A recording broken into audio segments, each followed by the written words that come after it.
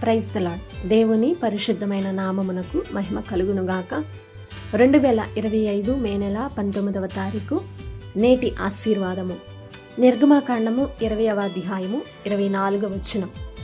నేను నా నామమును జ్ఞాపకార్థముగా నుంచు ప్రతి స్థలములోనూ నీ యొద్దకు వచ్చి నిన్ను ఆశీర్వదించెదను. దేవుడి పరిశుద్ధ వాక్యమును దీవించునుగాక.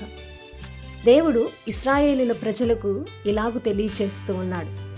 ఆయన ఉద్దేశం ఏంటంటే వారికి ఆయనకి మధ్య ఒక ప్రత్యక్ష సంబంధాన్ని నెలకొల్పడం. మీరు ఒక బలిపీఠాన్ని ఏర్పాటు చేస్తే అది నాకెంత పెద్దది, విశాలమైనది అని కాదు, అది నా నామమును గౌరవించే స్థలమైతే చాలు. అటువంటి స్థలములో నేను మీ యొద్దకు వచ్చి మీకు ఆశీర్వాదాన్ని అనుగ్రహిస్తాను అని దేవుడు వారితో మాట్లాడుతూ ఉన్నాడు.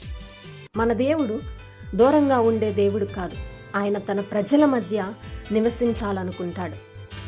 మన పరిస్థితులను బట్టి మన అనుకున్న వారు మన యొద్దకు రాకపోవచ్చు, కానీ మన ప్రతి పరిస్థితిలో, ప్రతి స్థలములో మన యొద్దకు వచ్చి మన దేవుడు మనల్ని ఆశీర్వదిస్తాడు. ఎలాంటి ఆశీర్వాదం అంటే, దేవుని లేఖనాలను పరిశీలించినట్లయితే నిర్గమాకాండం 3వ అధ్యాయము 8వ వచనంలో ఐగుప్తీయుల చేతిలో నుండి వారిని విడిపించుటకు దిగివచ్చి ఉన్నాను. ఇశ్రాయేలీలు ఐగుప్తీయ చేతిలో అనగా శ్రమలు, బాధలు, బంధకాలు, అవమానాలు, నిందలు, సంకెళ్లలో విడుదల లేని స్థితిలో ఉన్నారు. వారిని విడిపించటానికి దేవుడు వారి యొద్దకు దిగివచ్చాడు. వారి యొద్దకు వచ్చి విడుదల అనే ఒక గొప్ప ఆశీర్వాదాన్ని కలుగు చేశారు.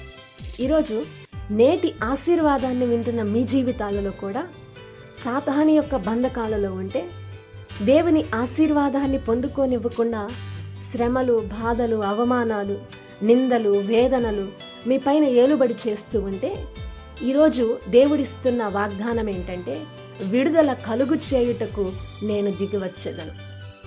ప్రతి స్థలములో మీ యొద్దకు వచ్చి మిమ్మును ఆశీర్వదించెదను.